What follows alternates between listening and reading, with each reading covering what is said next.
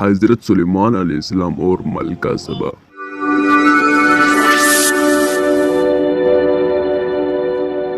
حضرت سلیمان علیہ السلام حضرت داؤد علیہ السلام کے بیٹے تھے۔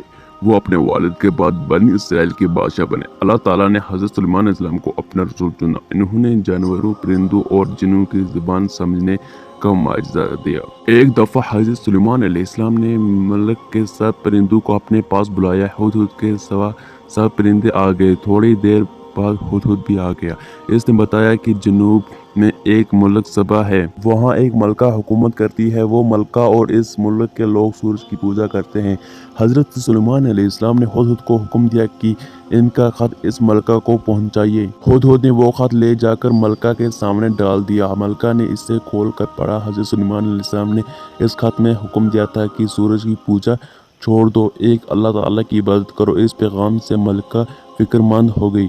اس کو فکر ہوئی کہ حضرت سلیمان علیہ السلام کہیں اس کی حکومت ختم نہ کر دے۔ اس نے اپنے ایلچی کو حضرت سلیمان علیہ السلام کے پاس بھیجا تاکہ انہیں دولت پیش کرے۔ حضرت سلیمان علیہ السلام نے اس کی دولت لینے سے انکار کر دیا۔ ایلچی نے واپس جا کر ملکہ کو بتایا کہ حضرت سلیمان علیہ السلام دولت لینا نہیں چاہتے۔ یہ سن کر ملکہ خود حضرت سلیمان علیہ السلام کے پاس آنے کے لیے چل پڑی۔ حضرت سلیمان علیہ السلام نے جنات کو حکم دیا کہ ملکہ کا تخت اٹھا لے۔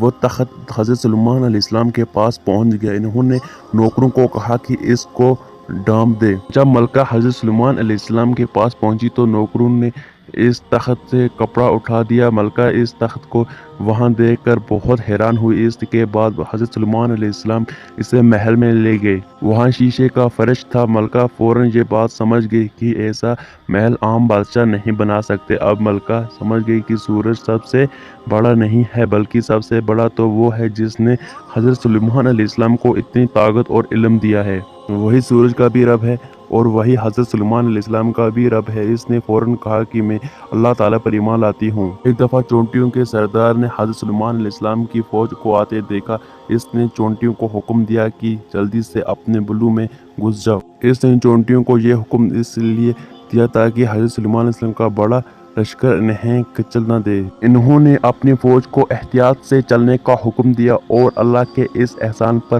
بہت شکر ادا کیا کہ اللہ نے ان کو اتنی عقل اور سمجھ دے دی۔